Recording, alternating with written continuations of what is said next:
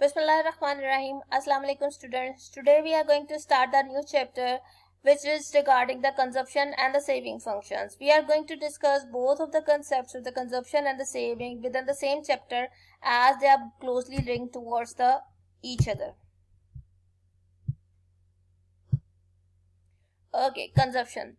What do you mean by the consumption? Consumption is the nation's expenditures on all the final goods and the services produced during the year at the market price. So if we define consumption from the point of view of the macroeconomics, it is the consumption of all the Pakistanis which we do during time period of 1 year or on the final goods and the services. Here you can see there is a new word that represents the final. Now what do you mean by the final goods? Final goods are those goods, final goods and services are those goods in which the further value addition is not possible. So by consumption we mean at the individual level that whatever we spend on all the final goods and services during the time period of 1 year at individual level, and if you collect the expenditures of all the persons who are living within the Pakistan, then the composition of all those expenditures represents the component of the consumption. Whereas in terms of the GDP stands for the gross domestic product. The gross domestic product means that G stands for the gross, that means the total, D stands for the domestic, that means the local, and P stands for the product or regarding the goods and the services.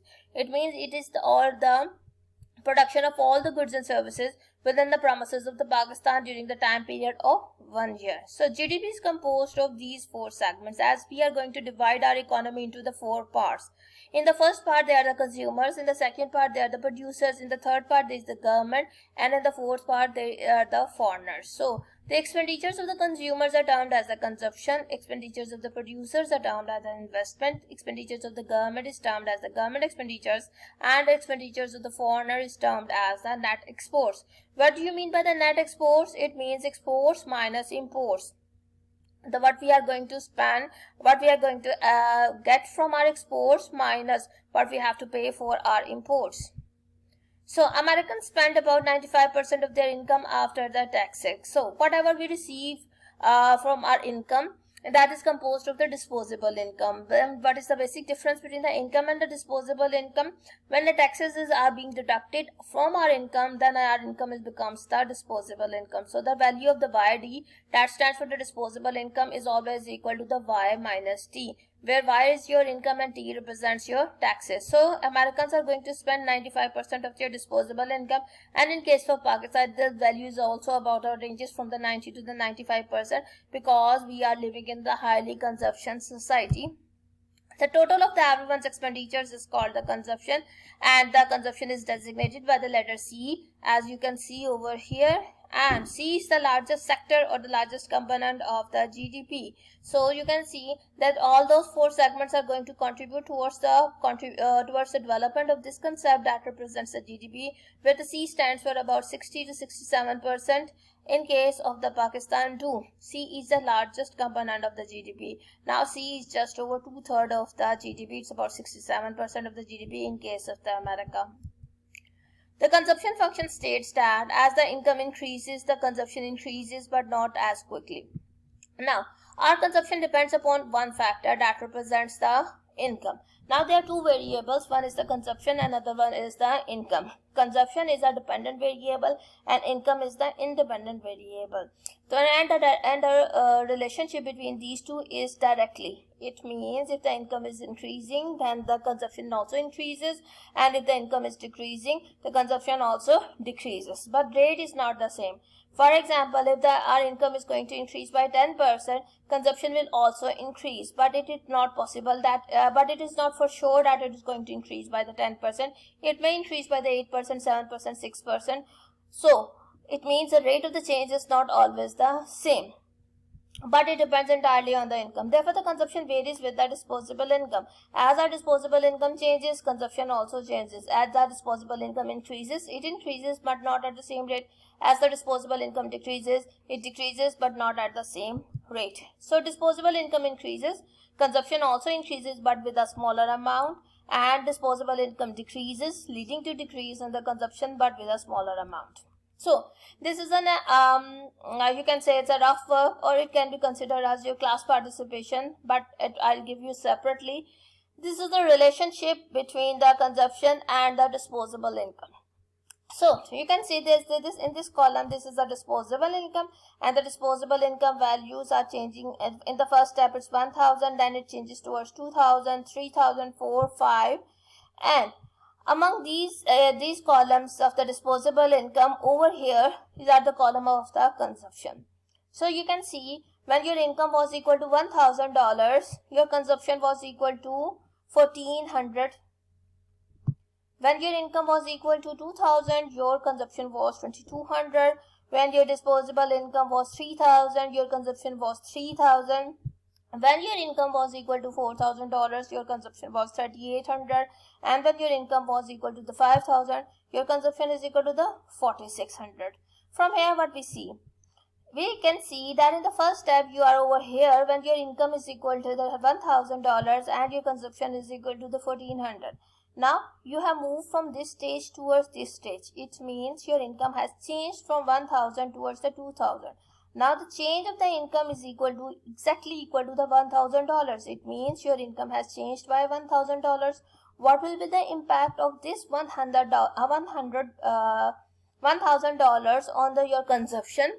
Your consumption has changed from $1400 to about $2200. Now the change between 1400 and 22 is exactly 800. It means a change of 1000 in your disposable income is going to cause a change in your consumption of about 800 rupees. Now you can see your consumption has increased by the increase of your income, but not at the same extent. It has increased by the $1000, but it has increased by $800. Now coming from this stage towards this stage, now the difference between 2000 and the 3000 is exactly 1000, and your consumption has changed from 2200 to about 3000.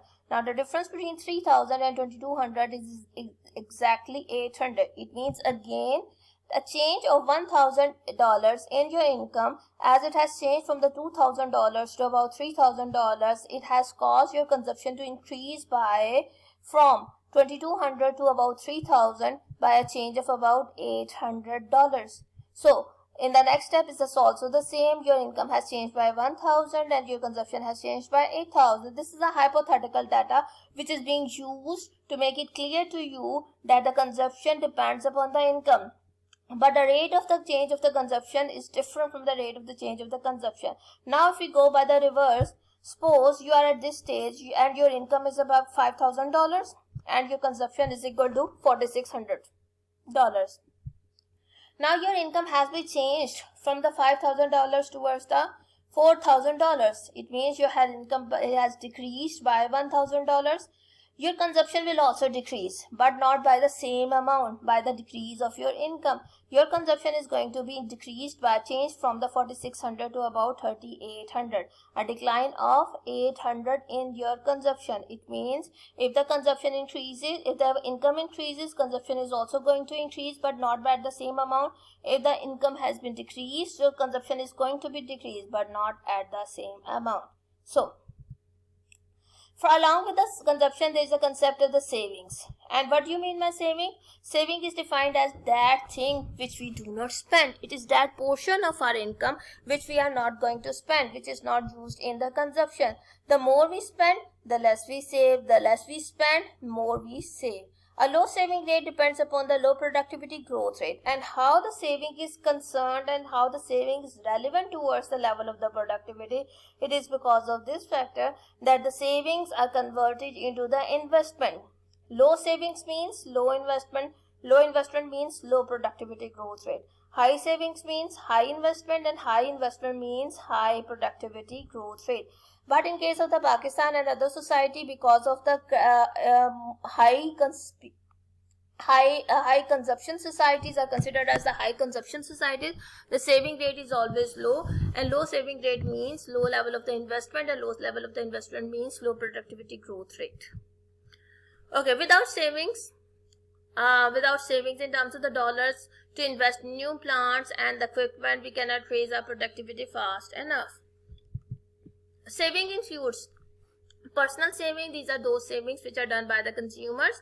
Business savings, these are those savings which are done by the producers. And the government surplus, these are those savings which are on the part of the government. So savings are the composition of the personal savings, business savings, and the government savings.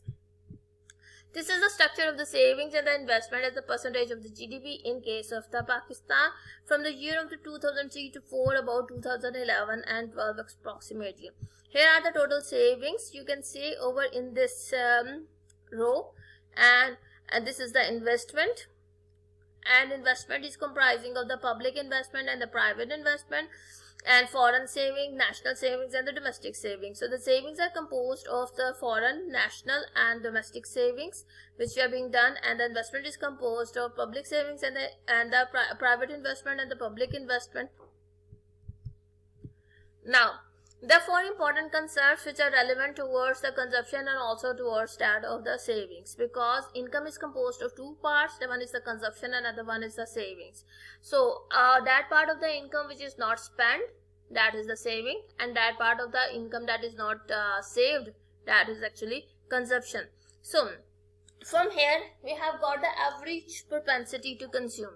Average propensity to consume is it means that it is that percent of the disposable income which is going to spend.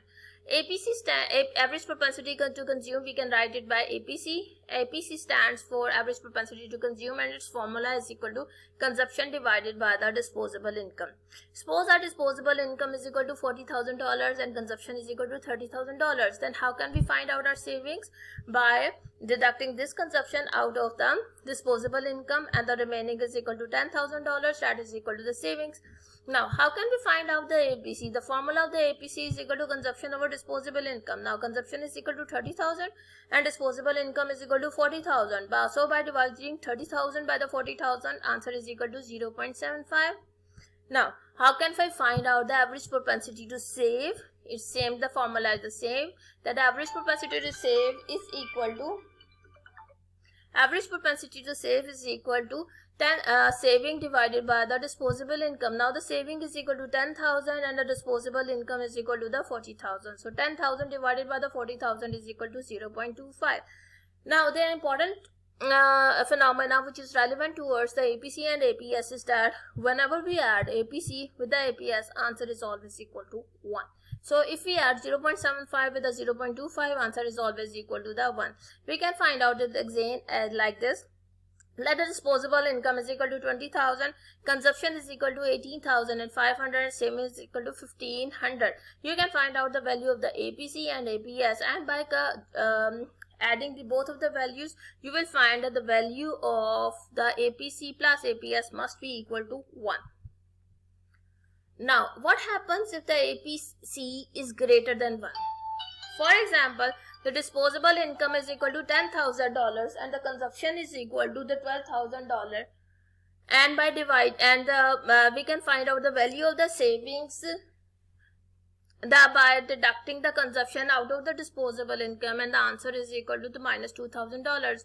So the value of the APC is equal to C over disposable income. It is equal to 12,000 divided by the 10,000 is equal to 12 over 10. Answer is equal to 1.2. Now you can see that the value of the APC is greater than 1. Whenever this happens, then the value of the APC is greater than 1, then the value of the APS must be in the negative, so that both, when they are going to be added, the answer is always equal to the 1.